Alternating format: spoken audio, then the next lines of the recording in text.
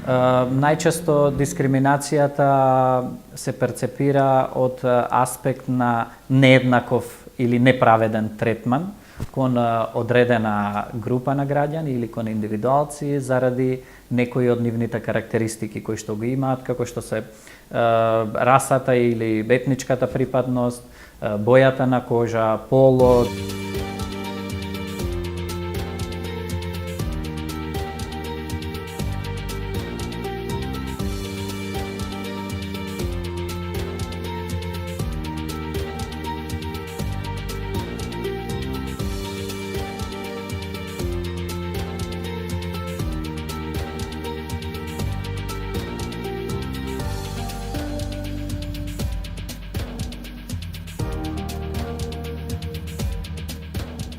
Денеска е тешко да се живее. Но види да луѓето се снаоѓаат, некако остануваат. Имам 6 деца, се викам бати, собирамо плаше, тоа е. Ако собирамо ќе јадем, ако не. На кој свет живиме? Чува таму овце цел месец кад доаѓа, не му дава пари, кажа. Трчи по карти таму, вамо ги ранимо во ја деца ја. Децата деликвенти, школу не тера, ние сиромахни те, да влазиш унутре да гледаш те куд живи. Ни кучињето не се. Што ќе правам, како може така? Кога зборуваме за ромската популација, која што е таргет дискриминирана група кај нас, значи, тие луѓе имаат проблеми со елементарни права. Значи, не зборуваме ние за некои права од повисок степен, стадиум, зборуваме за елементарни права. Нема лична карта, нема државјанство, не е запишан во матична книга на родини, детето не е поедено во училиште. Значи, не може да остварува, едноставно живеат некои лица и како фантоми. Јас имам 5 деца, 3 деца сум ги запишил во матично, 2 деца јоште не су запишени во матично. Ама ја највеќе имам најголем проблем, децата барем ако може, документите да се ги има. 10 години ми дете како е роден. 2008 роден дете. Од тегани како бркам работа и јоште не може да завршим, да го запишем дете у матично. Матично тамо отиде, значи Не може. Значи, кога ќе пристапи странката до шалтерот, она што може да го очекува е непристапливост, нељубезност, неодговорност, недостижност на она што го бара, кое што нешто е прв впечаток кое што ја обесхрабрува странката, и токму поради тоа и најголемиот број од луѓето се откажуваат од понатамошниот тек во добивање на своето право. Па не знам, тој ми вика вака нема врска од негов живот што работи он. Ми малтетира многу, он ме малтетира. Стварно ти кажувам, стварно нека гледа си народ, нека гледа. не си пишан, не со овој, немаш овој, чак нешто. Тој су направи денка текст, направија сам. Направи овој, направија сам. Донесе решение. Значи, ние како адвокати се сочуваме со проблеми преку институциите. Значи, не можеме да ги оствариме во првиот бран и во првиот обид. А камоли странката која што не знае. Јас су ги носи со адвокатка. Ги покажа тие документи и они вика, овие не су потребни. Како не су потребни? Но ние знаеме дека не треба да се откажеме и знаеме која е обврската на институцијата. Токму поради тоа, значи не треба да се откаже ниту странката. Значи треба да се го продолжи начинот и да се ги продолжи обидите за остварување на своето право. Како се понаша тој директор не е здрав, ја му ги остави 5 деца таму. А како може ти 3 деца сум ги запишал како старалте за татко, за овие деца не сум ги запишал. Не може да ги запише, вика. И јас сум ги кажал, ако немате деца, свите земете по едно дете. Замислете вие, институција која што нели треба да биде сервисно ориентирана, значи треба да му помогне на поединецот, значи истиот доаѓа на шалтер, нема документи, едноставно он за нив не постои, не важи, значи не го третираат. Тоа е дискриминација. Таквото лице, како ранлива група, треба да се поучи, да му се помогне, се превзема действија, па дури и екс официо по службена должност. Што ми дава совет, ништо. Да ми извиниш, ја лаjem како куќе да унучија да ми биде пишен. Да и они да гледат нешто, да гледа овој бел ден. Они без што се вика нешто су без школа и чорап и без очи. Ако не може да се образуваат, тие остануваат улични деца.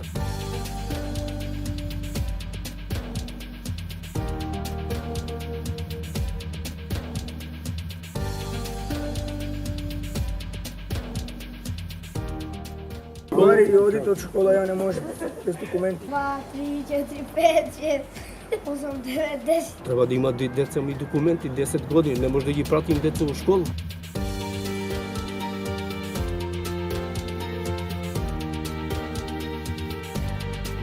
Ако ти дадам 20 и 50, колко ти имаш? Ако ти дадам 100 една и 50? 105. Браво!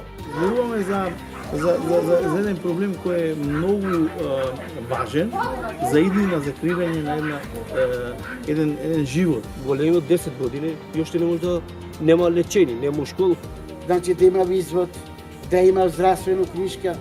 Ако може, што вика човек да иде да се лечи в децата. Превентивно, здравствената состојба ќе биде подобра не само нивна, но овие, туку и на блиските, нивни фамилии, семејства, комши, па и самиот град. Бидејќи тие се изложени на чести инфекција. Иначе све со пари се иде се лечим децата. Ако имам пари, ќе ги ги лечим децата. Ако немам што да ги правам. Има луѓе кои немале никакви документи, а поради одедена некој прекршок, што го направиле, биле приморани за јадење, да ви кажам наискрено, да бидат во притвор. Овој проблем се решава само со работа на терен, со комуникација, бидејќи луѓето се неуки, луѓето се плашат, луѓето не веруваат. Зашто со години некој влегува во нивните населби, им ги пишувал, им кажува. Предадени со документите треба да се прави тие документи, ама што прави, што не прави сега на нина душа. Нема акција. Некако се чека. Нема, ова работа бара денес на терен, утре задутре на терен, патување Белград, ние иначе ангажиравме адвокати, ангажиравме стручни кадри, не значи само да се фрлаат парите од проектот, туку да има ефект. НРЦ сака да остави ефект што ќе даде иднина за овие деца. Доколку во одредени ситуации, во одредени постапки, важат определени правни правила и права и треба да се постапува на одреден начин, тогаш треба да се постапува по сите предмети на тој начин, додека во нашиот правен систем, конкретно, лично имам соочено со исти ситуации, исти проблеми, исти права, исти услови, иста состојба кога се постапува различно. Доци сме дека се повеќе и повеќе граѓани го користат механизмот за заштита од дискриминација. Има се повеќе жалби и представки како до Комисијата за заштита од дискриминација, така и до Народниот правобранител, но се разбира дека тоа не е доволно.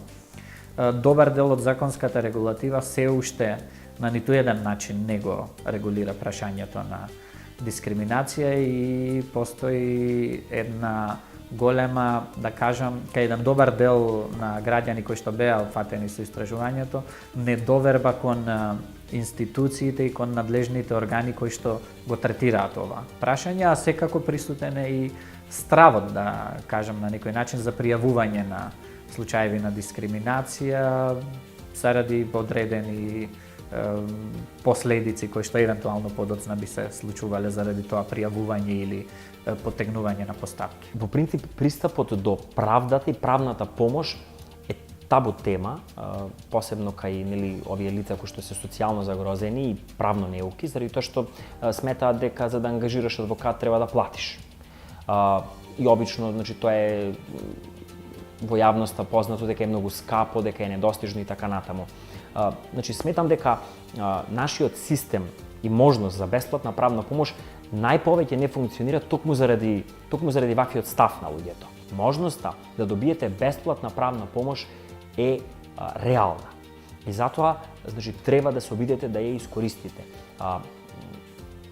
Постојат повеќе институции, значи тоа се пред се, ако зборуваме за државни институции, тоа е Центар за социјална работа како основна институција која што функционира во рамки на Министерство за труд и социјална политика, која што пружа, нели, социјална заштита, можности, начин и обврска има да го упати човекот како може да го оствари своето право на бесплатен начин.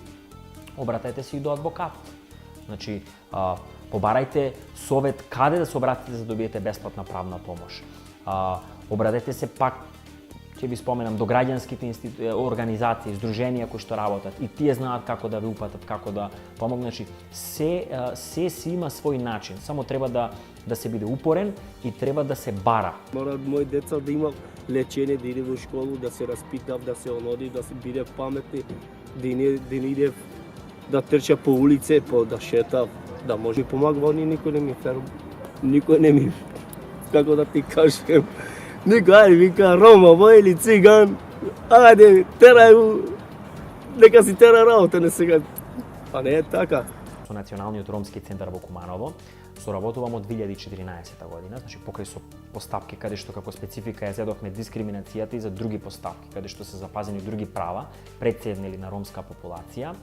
Значи можам да кажам дека во тие градови и во тие управни органи и институции каде што сме постапувале, имаме големо поместување на позитивно во нивната и едукација и начин на постапување. Кога ќе почнеме да ги кршиме копијата, значи со институциите, кога веќе ќе поминеме еден пат во дадена друга ситуација, веќе не се соочуваме со такви проблеми.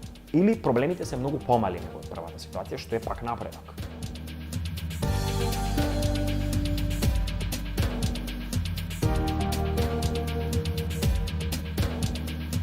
Остварете ги своите права, борете се за своите права, учете за своите права и секој дневно информирајте се.